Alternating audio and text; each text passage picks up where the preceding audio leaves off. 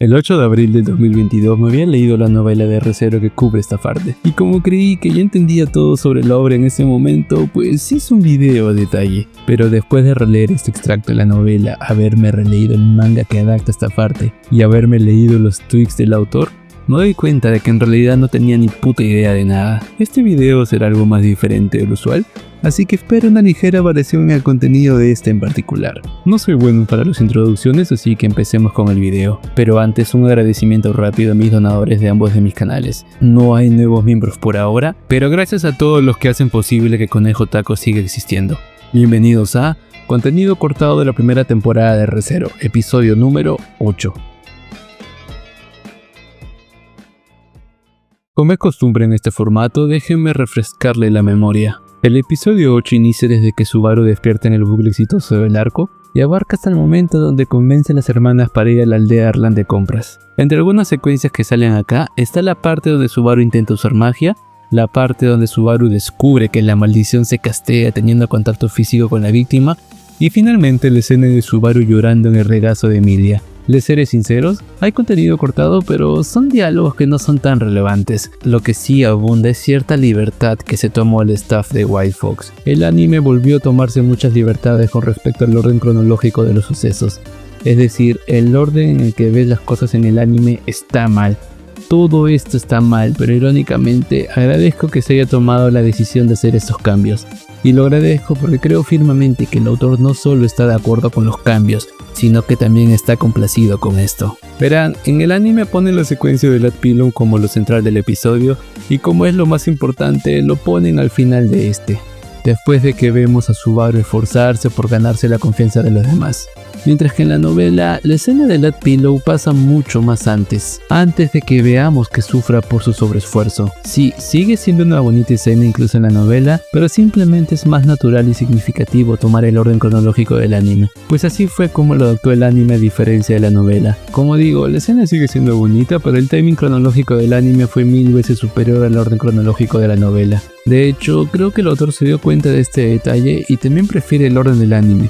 Lo prefiere a tal punto que cuando el manga cubrió esta parte semanas después, lo cubre al igual que el orden establecido en el anime. Esto es extraño porque hasta ahora el manga era fiel al orden cronológico de la novela, pero no lo fue en esta parte. Es por este detalle que yo creo genuinamente que Tappei prefiere el orden de los sucesos del anime que el orden de la novela. Pero antes de pasar a la escena clave del episodio, déjenme hacerles un recuento de las cosas omitidas no tan importantes pero necesarias para el video. Se omitieron algunos diálogos que contextualizan mejor los pensamientos de Subaru sobre cómo debería lidiar con las cosas en este bucle. No irónicamente estaba tan comprometido con su misión de caer bien a las hermanas y encontrar al usuario de las maldiciones que se había puesto de meta trabajar hasta morir. Sé que quizás pienses que Subaru estaba exagerando, pero no. Subaru pensaba genuinamente eso. Aunque esto no le fue fácil, después de todo, estaba constantemente esforzándose al máximo en cada pequeña minúscula tarea que se le era asignado.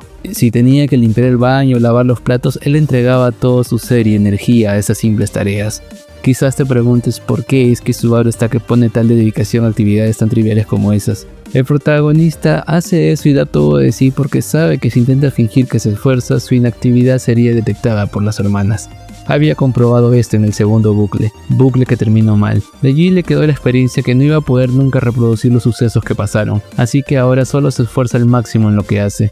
Sinceramente, no sé cómo los críticos del 2016 pedían a Subaru ser menos llorón y solo repetir lo que ya ha hecho, cuando la obra mismo te deja en claro que las circunstancias en cada bucle serán distintas, ya sea por la espontaneidad de los personajes o por la esencia de Subaru que es detectada por algunos. Volviendo al tema, también pone este empeño excesivo para que de esta forma las hermanas no duden que es alguien que se esfuerza y no está ocultando cosas. Lamentablemente ese esfuerzo inusual sería detectado por las hermanas, quienes se encontraban asqueadas del positivismo del protagonista. Técnicamente el prota no había hecho nada extraño, pero el que esté actuando de forma tan intensa no evitaba que ellas irónicamente sospechasen más de él.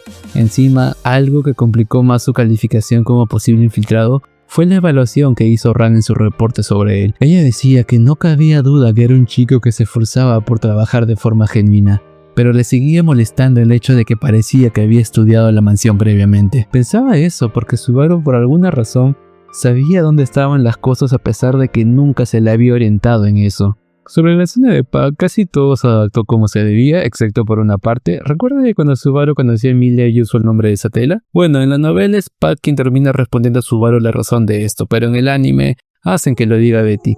Ambos le dicen que si una persona usa el nombre de la bruja, seguramente lo hace para alejar a la gente que se le acerca. Esto hace que Subaru aprecie más a Emilia, porque descubre que ella le dijo eso para que no se involucre con ella por su seguridad. Sé que no es la gran cosa, pero seguro que a alguno le gusta este dato. Pero otro dato más interesante es la mención de Pac a Myung Myung. En otro video de esta serie de contenido cortado les enseñé que un bucle fallido fue Roswell quien avaló las actitudes mágicas de Subaru.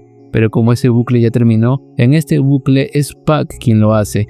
Y al evaluar al protagonista menciona el nombre de aquella antigua maga que existió hace más de 400 años. ¿Es normal que Pac mencione lo mismo que Roswell? Después de todo, ambos aprendieron ese encantamiento por parte de Chigna, alguien que influyó mucho en ellos. También en la novela se menciona que cuando Subaru invocó esta magia y cubrió parte de la mansión, se dice cómo es que Ren estaba listándose para ir a tomar represalias en contra de él, pero fue detenida por Ran. Y pasemos al clímax del episodio, el episodio que revitalizó mi amor por la franquicia. Algo que no dije es que el manga ayudó a esclarecer y entender mejor las palabras de Subaru en esta parte. En el anime, por ejemplo, empieza a decir que se ha esforzado bastante por esto, que nunca antes había esforzado tanto en su vida como ahora. Esto lo dice en relación a todo el esfuerzo sobrehumano que anda poniendo a fin de poder ganarse la confianza de las hermanas. Y como nunca antes había tenido que esforzarse de esta forma, pues dice que es la primera vez en su vida que hace esto. Luego Subaru pronuncia la razón por la que hace todo esto.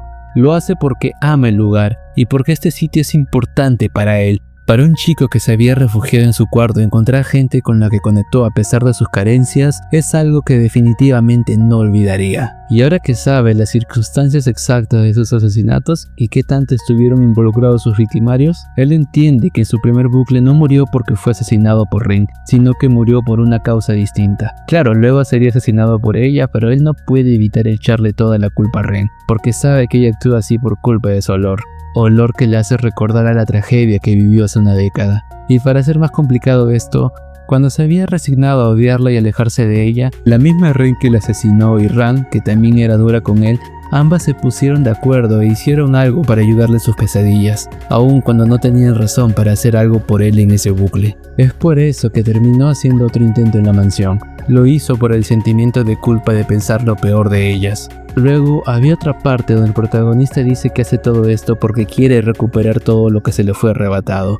Lo dice mientras comenta que no quiere volver a ser visto de esa forma por aquellos ojos. Los ojos de las personas que aprecia, pero que terminaron dándole una mirada de rencor y odio por razones que ni él ni ellas pudieron manejar. Básicamente Subaru está que se esfuerza porque no quiere volver a sentir aquel tipo de mirada sobre él. Y aunque ya ha tomado la decisión de salvar a las chicas a pesar de lo que le hicieron, esto le trae conflictos. Sí, el acto de salvarlas será una acción noble y todo lo que quieras, pero eso no quita que en el fondo Subaru se odie a sí mismo por elegir la opción de salvarlas aun cuando está asustado de la situación y de ellas. Es por eso que Subaru en esta parte agrega que se odia a sí mismo, y lo dice porque odia ser el portador de estos pensamientos tan contradictorios.